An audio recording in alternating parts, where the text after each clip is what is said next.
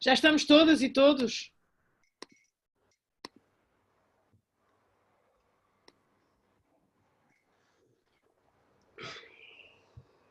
Eu acho que talvez algumas pessoas ainda estejam a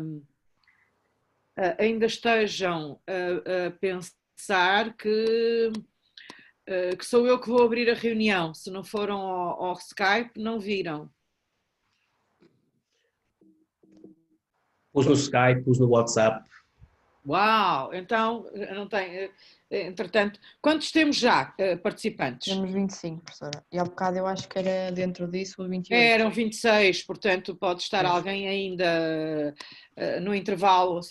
Bom, então vamos abrir o debate. Eu queria ouvir de todas e de todos vocês as vossas opiniões sobre o tema da aula de hoje, ou seja, sobre a implicação e a aplicação de distanciação do Arduino.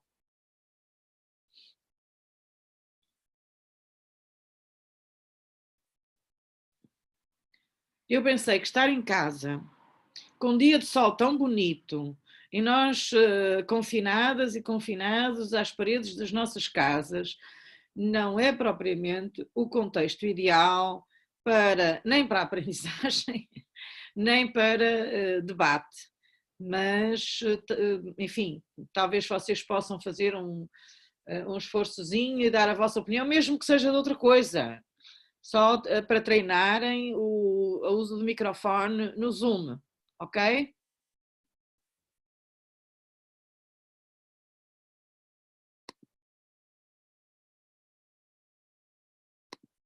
Professora, eu posso falar, se calhar?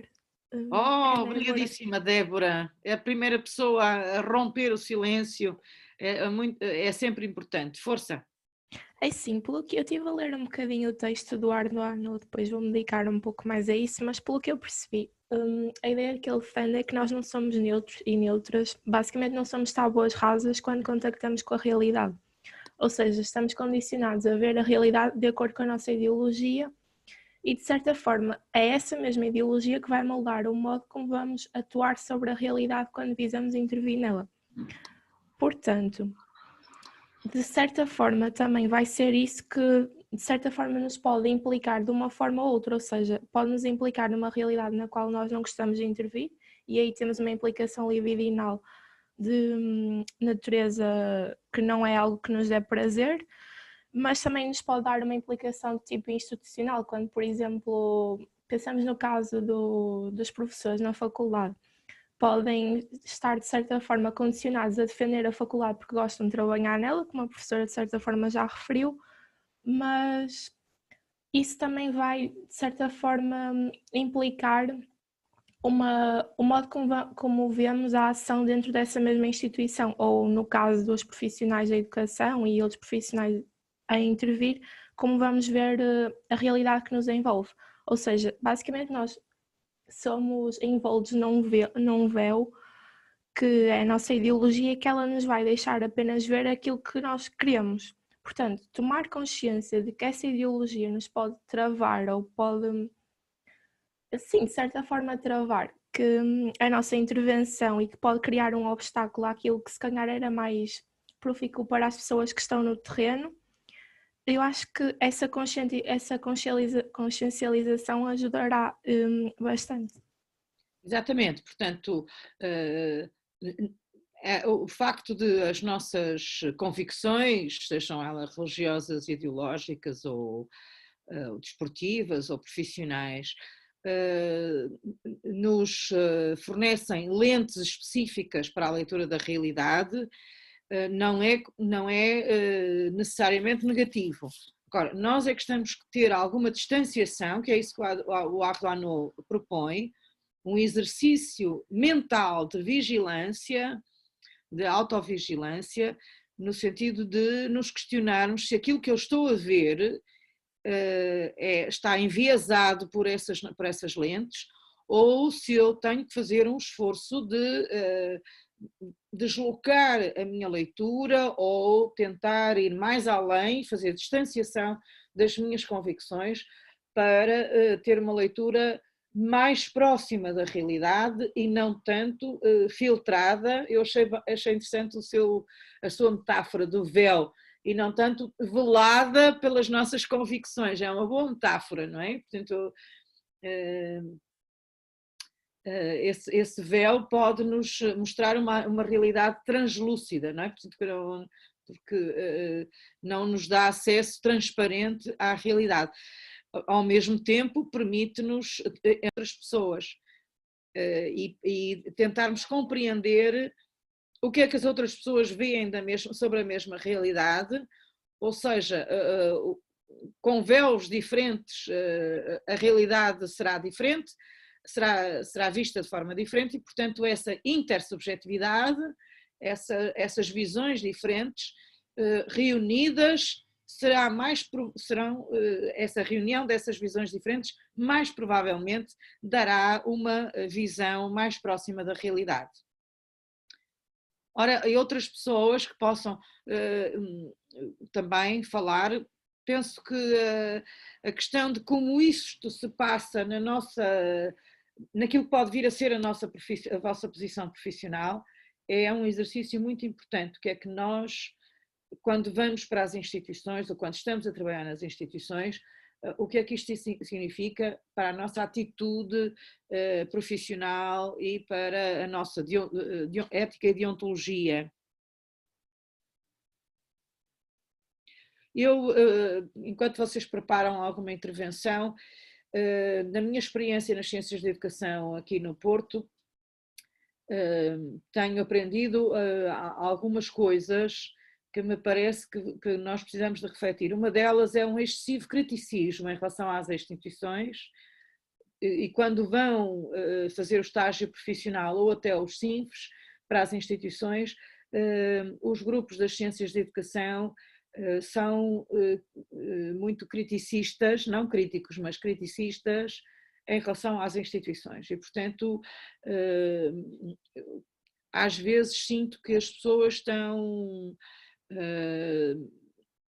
estão assumindo uma posição de que várias vezes nós chamamos de arrogância académica, não é? De pensar que vimos da universidade e que sabemos mais que as outras pessoas, também uma postura demasiado distanciada, portanto não sermos capazes de nos colocarmos no lugar da profissional ou do profissional com quem devemos aprender, porque eles sabem mais do contexto do que nós.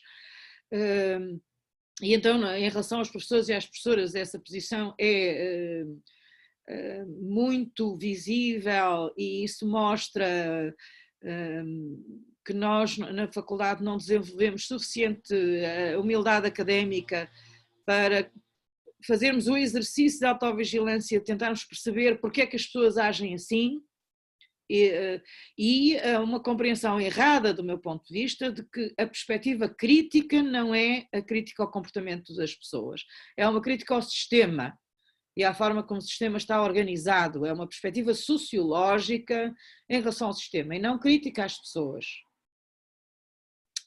Eu ainda, portanto, ontem estive a falar com a Secretária de Estado por causa das questões da violência doméstica nesta altura, e ela me dizia que para nós identificarmos os casos em que as instituições, nomeadamente as polícias e os tribunais, não estão a tratar bem as vítimas e que estão a agir de forma errada. E eu disse-lhe, nós, na minha organização, temos um princípio que é de não denunciar comportamentos individuais das instituições. Portanto, as vítimas, se quiserem denunciar, têm todo o direito e apresentar queixa. Agora, nós como organização denunciamos essa estrutura profissional e não o comportamento individual. O comportamento individual é da competência dos supervisores, dos superiores e do próprio sistema, e não vamos agora apresentar queixa individual sobre alguém que por acaso se enganou a fazer o registro da queixa. O que não quer dizer que não ponhamos em ação mecanismos para retificar o que não foi bem feito. Agora, do ponto de vista superior, não fazemos queixa de profissionais individualmente. E na faculdade também tenho esta mesma ética. Às vezes, alguns serviços, uma outra pessoa se esqueceu de fazer alguma coisa e isso tem algumas implicações, voltamos ao conceito de implicação, tem algumas consequências no que diz respeito aos financiamentos ou outra coisa, e recuso-me a levantar a questão do ponto de vista do trabalho individual, não é? Do trabalho individual. Mas aguardando que não há mais ninguém que queira falar, eu disse aqui algumas coisas que não sei se vocês se revêem nelas ou se já pensaram nelas alguma vez.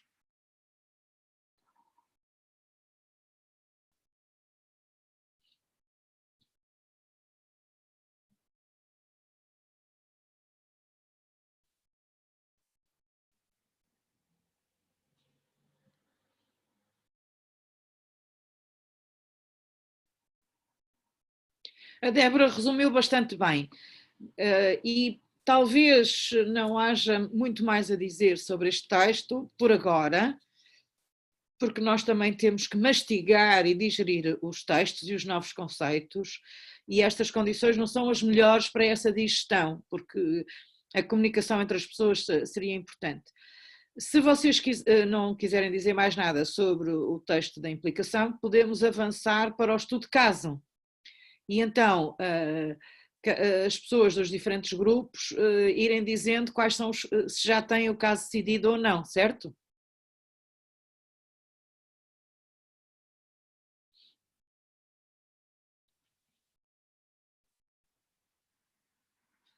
Ora, vamos ver os grupos. Vamos ver a ordem dos grupos. O primeiro era a Mariana, o Nilo e não sei mais quem, não é? Já não me recordo. Vou abrir a... Quem é? Força, força.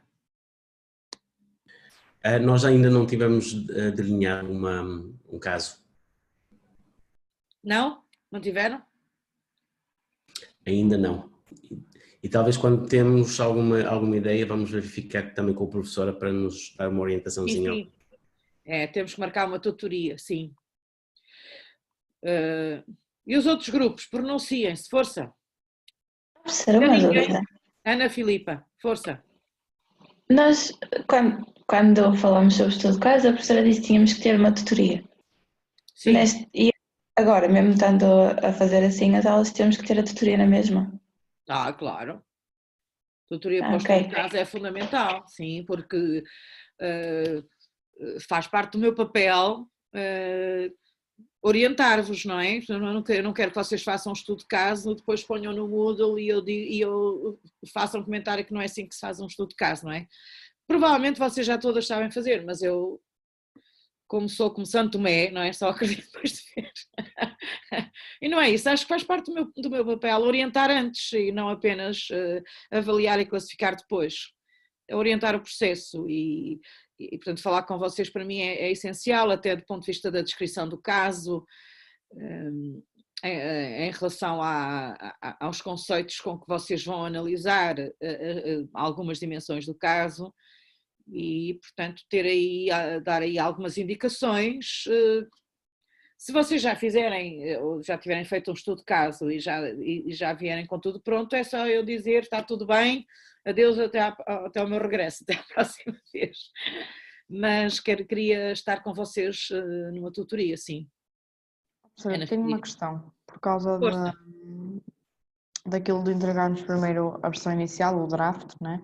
Sim. E a versão final, ou seja, nós temos que entregar a versão final mesmo no dia 14 e o draft é, pronto, antes do dia 14 ou no dia 14 é que é a versão draft?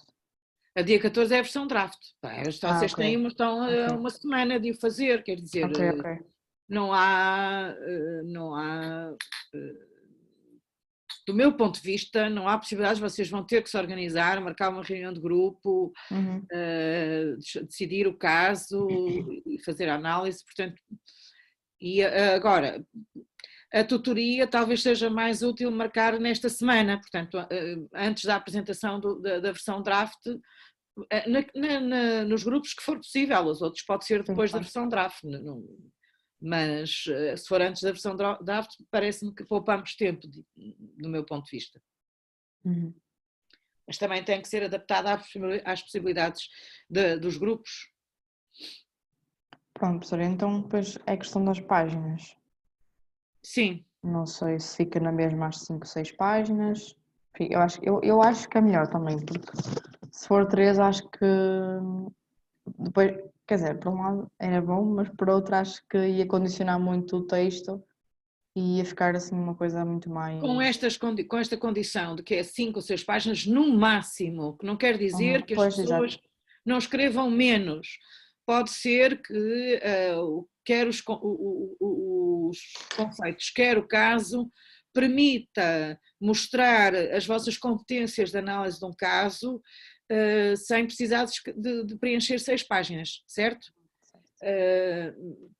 Mas 5, 6 páginas é no máximo, não o mínimo, certo? Uhum. Portanto, pode ser 3 ou 4, aquilo que o grupo precisar. Ok.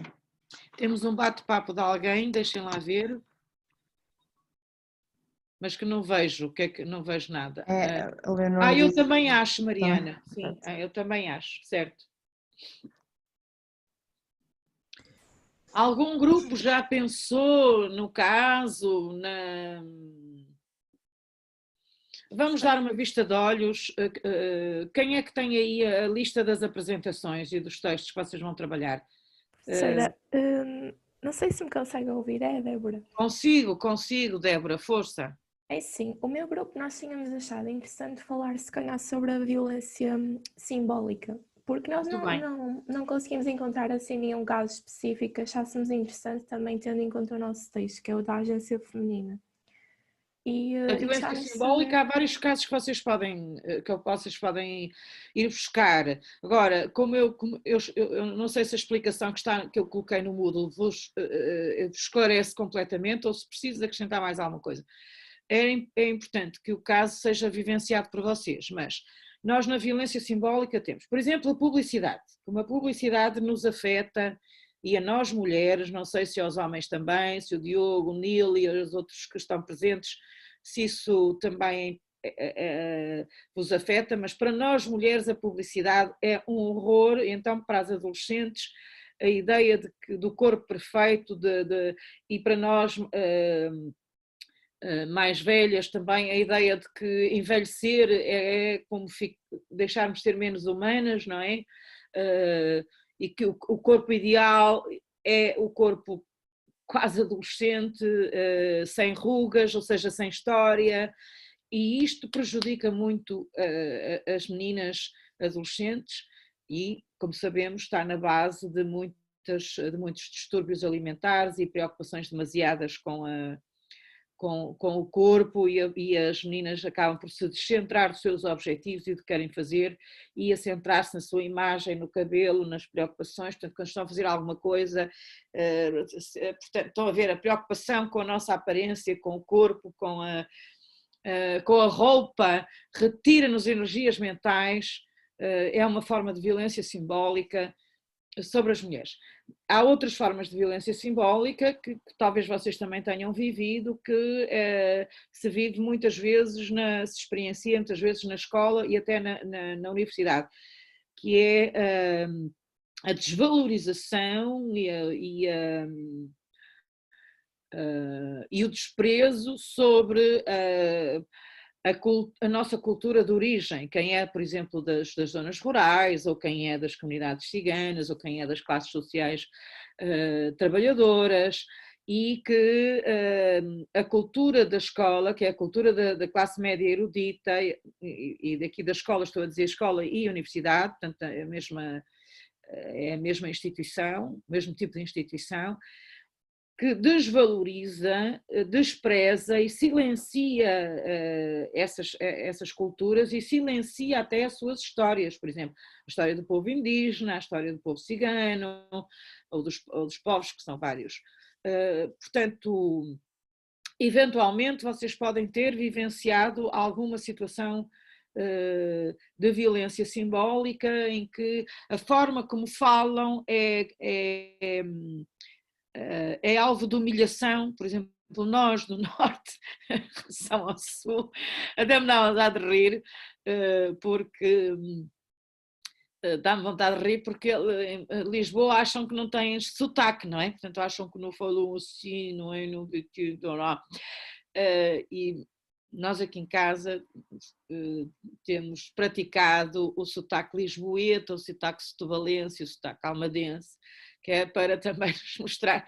E eles gozam, eles e elas gozam com a pronúncia do Norte, mas gozam no sentido de desprezo. Parece que somos menos inteligentes só porque usamos o B em vez do V, ou abrimos as vogais, ou dizemos os ditongos.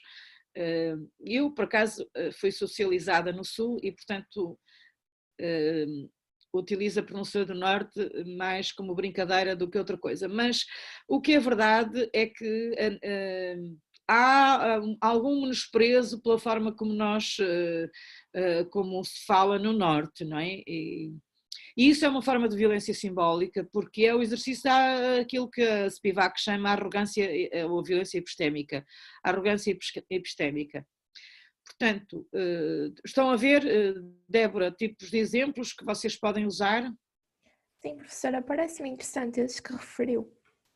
Escolherem um. Não, Sim, nós vamos pensar um bocadinho mais sobre isto e depois falamos com a professora. Um que vocês tenham vivenciado. Acho, por exemplo, em relação à publicidade, muito poucas meninas podem não ter consciencializado, mas que é porque a violência simbólica tem uma dimensão fundamental, que é não reconhecimento da violência por parte das vítimas e o não reconhecimento do exercício do ofensor por parte dos perpetradores ou das perpetradoras, não é? Portanto, as pessoas que exercem essa violência simbólica sobre os grupos sociais subalternizados não têm noção do que estão a fazer, e quem é vítima também não consciencializa que está a ser alvo de um processo de alienação sucessiva e portanto que depois se transforma em violência simbólica, não é?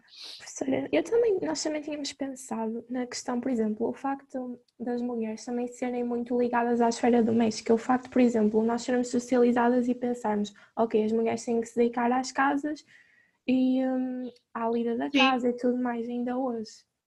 Sim, é verdade, portanto, isso começa desde a infância. Proibir os meninos de brincar com as bonecas ou com os carrinhos de bonecas e incentivar as meninas e oferecer cada vez que fazem anos ou no Natal umas Barbies, que as Barbies são também parte da violência simbólica da publicidade, porque aliás é um corpo impossível, não é? Porque o tamanho das mamas em relação à proporção do corpo, se uma pessoa real, proporcionalmente tivesse aquelas medidas, caía para a frente com o tamanho, não é? Portanto, não seria possível. A estrutura do corpo não aguentava, proporcionalmente falando, não é? Portanto, essa socialização para o cuidar, para não pensar em si mesma e ter atenção aos irmãos, aos colegas da escola, isso é feito em todas as dimensões da vida. Era mais feito, era mais habitual aqui há uns anos atrás, mas ainda continua. Eu lembro-me que havia uma escola, nós tínhamos um projeto para prevenção do insucesso escolar, do primeiro ciclo, que tinha escolas de primeiro ciclo e também segundo, terceiro ciclo, era só o segundo e terceiro ciclo, não abrangia o secundário. E numa escola do primeiro ciclo, uma das docentes nos disse que não tinha problemas de disciplina na sala de aula, porque punha os meninos entalados com as meninas, portanto alternados, punha meninos e meninas alternados para que as meninas mandassem calar os meninos, portanto. Claro que depois nós falámos com a colega e dissemos, mas isso está a exigir às meninas que deixem de estar com atenção ao trabalho escolar que está a desenrolar na aula para estarem a disciplinar os seus colegas, não é? Portanto, estão a ver a exigência a uma criança pequenina que também quer conversar e que também quer brincar, que tem por si que fazer o exercício de adaptação à disciplina escolar, que já não é brincadeira, e simultaneamente tem que estar agora a disciplinar o seu colega.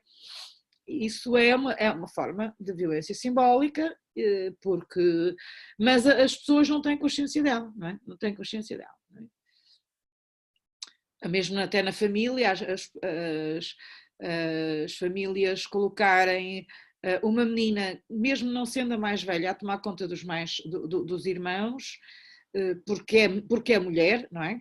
Porque é mulher. Mas também há violência em relação aos rapazes, muitas vezes, que é a atribuição das tarefas mais duras, por exemplo, ir para a chuva ou ir carregar coisas, eu não sei, vai o menino, que do ponto de vista físico é equivalente a uma menina, vai porque é homem e portanto tem que desenvolver a força física, e o menino é obrigado a submeter-se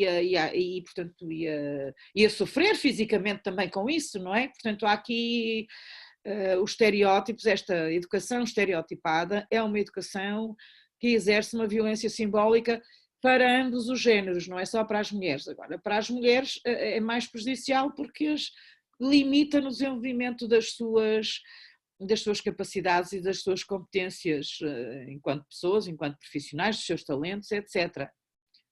Embora para os rapazes também limita, de alguma maneira, não tanto, mas limita, porque ao inibir os rapazes de desenvolver o seu sentido de atenção às outras pessoas, do cuidar, isso também está a prejudicar, porque alguns podem ter talentos e competências de cuidar as outras pessoas que estão a ser inibidas porque supostamente têm que ser fortes e machos e tal. Houve uma altura, felizmente já não é o caso, mas houve uma altura que os rapazes, quando escolhiam ir para a enfermagem, eram muito criticados e até impedidos na família, porque ser enfermeira era ser gay, e então não queriam que os filhos escolhessem enfermagem, e eu no meu tempo conheci alguns casos desses, porque ir para a enfermagem era ser maricas, portanto, infelizmente algumas pessoas sofreram dessa situação, resistiram, continuaram, outras não,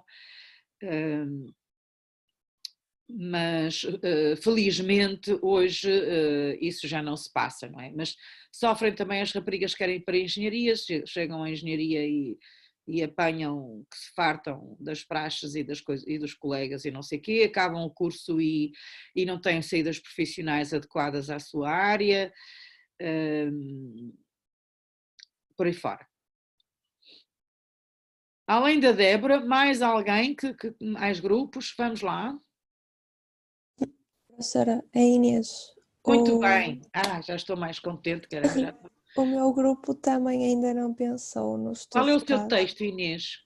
É Qual é o teu texto? da teoria, é do Carrie Camis. É do Carrie Camis, da teoria social crítica, teoria social educativa crítica. Sim, vocês estão a apresentar a seguir à Mariana e ao Neil, certo? Sim, sim. Pois, não pensaram em nenhum caso?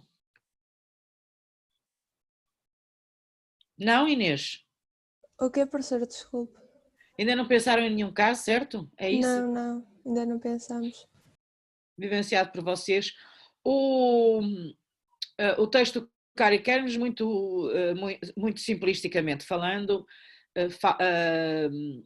leva-nos para o pensar as nossas interpretações enviesadas, que por acaso também tem a ver com o conceito de implicação que trabalhamos hoje, e como produzir a mudança social a partir das nossas interpretações enviesadas e do encontrar a teoria para ultrapassar essas interpretações. Ele até diz interpretações ideologicamente distorcidas. Eles, que são dois. E também o pensar nos fins racionais das instituições que não são cumpridos, por exemplo, quando um hospital público, que é público e, portanto, sendo público, devia ser gratuito para todas as pessoas, e não é, e, portanto, condiciona os acessos, embora seja menos caro para as pessoas que têm mais, mas têm que provar que são pobres e que têm que não sei o quê, portanto, aquilo existe também uma violência simbólica.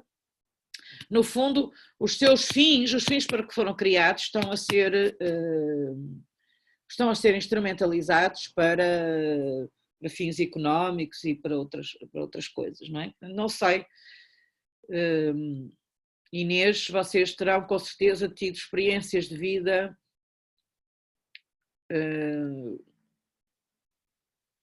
mas também podem ser de outro tipo e depois usar os conceitos do Kari Kemis que são muito fáceis de utilizar em qualquer situação. Sim, nós vamos pensar e depois também marcamos consigo, porque uma colega nossa acho que não está na aula, que está a trabalhar e também temos Pois, de uma falar com ela. será a Ana Isabel? Não, acho que é Priscila, que não sabia se conseguia vir à aula ou não. Não reparei se ela já a está Ana cá. Isabel disse que saía mais cedo porque tinha que ir trabalhar.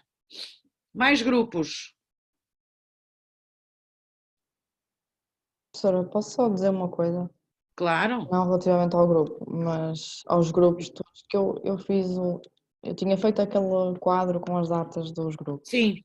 E entretanto agora comecei a mudar as datas e assim. Mas, por exemplo, nós tínhamos combinado que no dia, pronto, agora não sei qual era o dia exato, mas acho que por acaso acho que era no dia de 30 de Abril que havia 2 apresentações de 2 textos. Mas eu Sim. não sei se agora, como estamos neste registro, se dá para fazer 2 apresentações no mesmo dia. Eu acho 2 apresentações muito cansativas por este registro. Mariana, faz-me o favor de ver se há aulas suficientes para todos os grupos apresentarem. Não há, professora. Por isso é que eu estou a dizer, porque acaba dia 29 as aulas, certo? E a última aula que nós temos é dia 28, ou seja, aí ficava uma apresentação, mas na semana anterior é que eram os 2 grupos, ou seja, não temos mais. Mas eu mais penso aulas, que talvez seja, ou pedimos à turma um esforço suplementar de aguentarem 2 apresentações e, portanto, até na preparação dessas 2 aulas fazermos uma atividade um bocadinho mais relaxante a seguir à apresentação de cada grupo, ou então marcamos no dia seguinte, na sexta-feira, a apresentação do outro grupo. É capaz, não sei, o que é que será melhor? Vocês sexta-feira têm os sinfos, não é? Eu sim, normalmente sim. A Mariana podia fazer uma espécie de sondagem pela turma e ver o que é que achavam melhor. Sim, posso fazer, professora. Pode perguntar se no mesmo dia, quinta-feira, com intervalo sem trabalho para fazer, como hoje, e um bocadinho maior, por exemplo, de 40 minutos, e a seguir entra outro grupo, e eu depois tentamos que as apresentações nesse dia sejam mais leves do ponto de vista da estratégia pedagógica, ou então um grupo apresenta na quinta e o outro grupo apresenta na sexta, se for possível, do ponto de vista dos sinfos, ou dos horários das pessoas. E eu também já contei com a Semana da Queima, que é dia 7 de maio. Claro. E mesmo assim ainda faltava uma aula para nós. Faz essa sondagem, não se importa, Mariana? Sim, eu faço. Inês, o teu grupo é dia 23 de Abril. Mas eu depois vou pôr isto no grupo do Facebook, por isso podem estar descansados. Está bem, ok.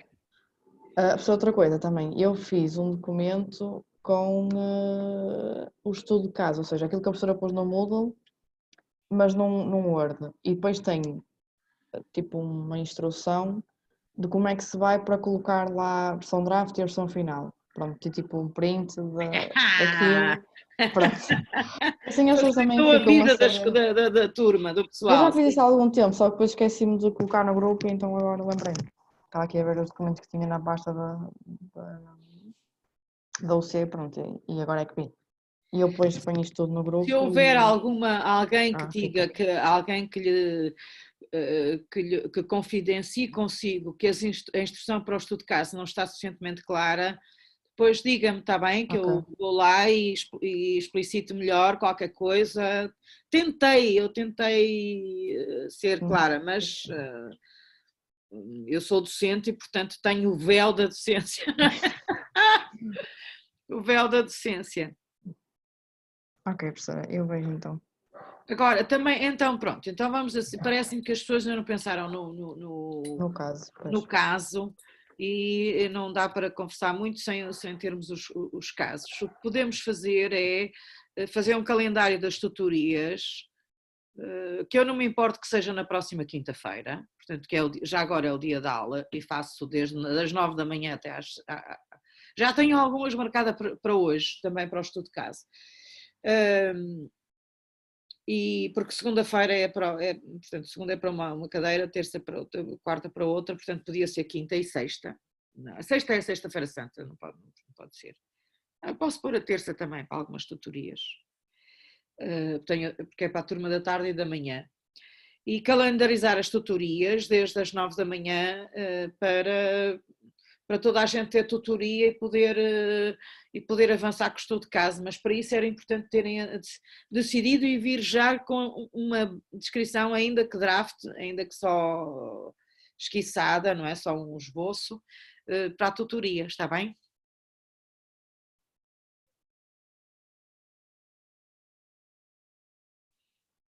Sim. Obrigada, Marta. Gostei de ouvir a sua voz. De nada.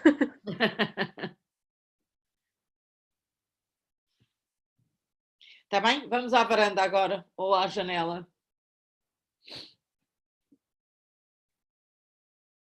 Só uma coisinha para os participantes que não gostam muito de dar voz. Na lista aqui dos participantes, em baixo tem uns botões, um que diz sim, não, etc, etc. Tem um que diz que quer café, por exemplo. Se faço assim agora, eu quero um café. Portanto, um intervalo, ou concordo, ou não concordo, ou etc. Não estou a ver nada, Anil. Mas Ok, a Ana Patrícia já encontrou ali. Já encontrei. Ok, portanto, uma forma de reagir, mesmo sem ter que ligar os microfones e toda a gente dizer sim. Ok. Já aprendemos mais uma. Agora? Diga, Inês. Olá, eu e a Glória temos tutoria consigo agora. Certo? Então acabamos a aula e continuamos a tutoria. Vamos para o Skype, Inês. Pode ser, por mim pode ser. Só tenho que abrir aqui mais uma reunião em relação à tutoria. E vocês ligam para mim que têm o meu contacto? Sim. Eu tenho os vossos só no grupo da turma e, portanto, eu não sei se consigo... Sim, nós ligamos. Está bem? Então, pronto, até já. Pessoal da turma da manhã, da turma A, vamos nos despedir, encontrar... Posso só tirar-lhe uma dúvida antes de... Força, Bárbara, força. Pronto, o meu grupo sou eu, a Bárbara Souza, a Isabel Vitória e a Patrícia Gonçalves. Nós temos o texto da Rosa Nunes, nós ainda não temos nenhum caso também. Não sei se a professora teria alguma possibilidade de marcar uma tutoria connosco, também se calhar mais no sentido de nos orientar, porque nós estamos assim um bocadinho... Claro, tem que ser, Bárbara, tem que ser. Agora, eu hoje já não posso, tenho tutorias até às 8 da noite e por isso sou pena de eu depois não prestar atenção e não conseguir ajudar ninguém, não posso. Okay. Agora, eu posso, nós amanhã temos Sinfo, não é? Sim. Às 10. Eu acho que amanhã se calhar podemos fazer o Sinfo das 10 às 11, talvez não precisemos de tanto tempo como a semana passada, parece, certo? Sim. E podemos fazer a tutoria, eu tenho outra tutoria ao meio-dia, marcada, orientação, e podemos fazer a tutoria para o estudo de casa às 11, o que é que lhe parece? Pois eu não sei se toda a gente do grupo pode. Mas pode perguntar ao grupo? Sim.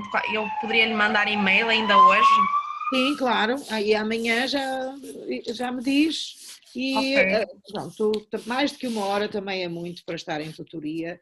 E por isso fazemos o Sinfo às 10 e a tutoria às 11, certo? Ok.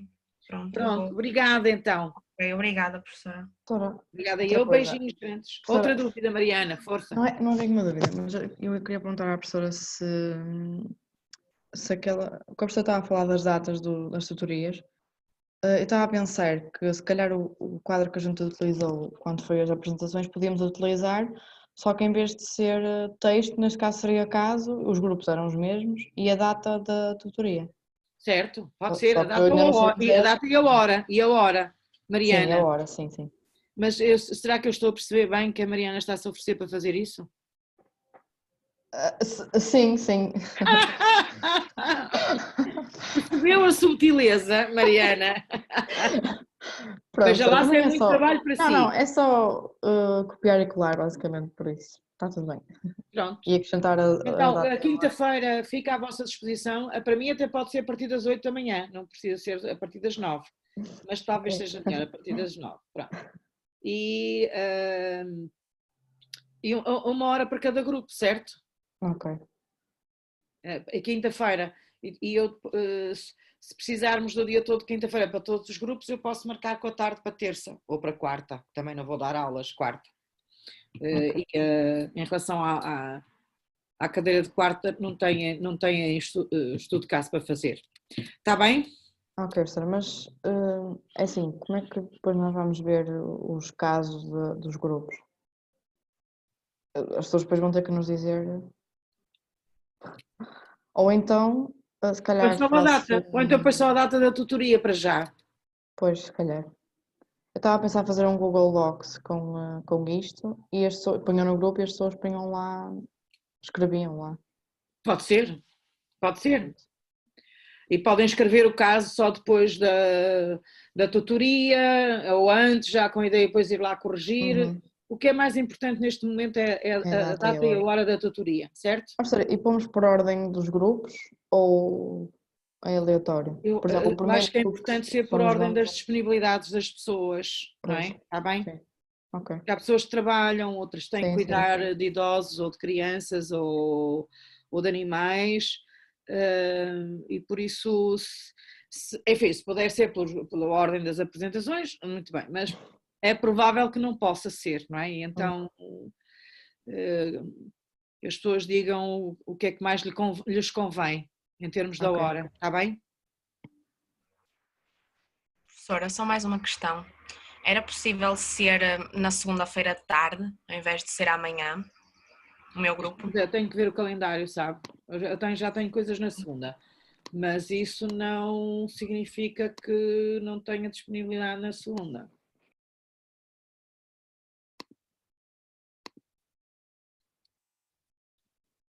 Onde é que estás calendário?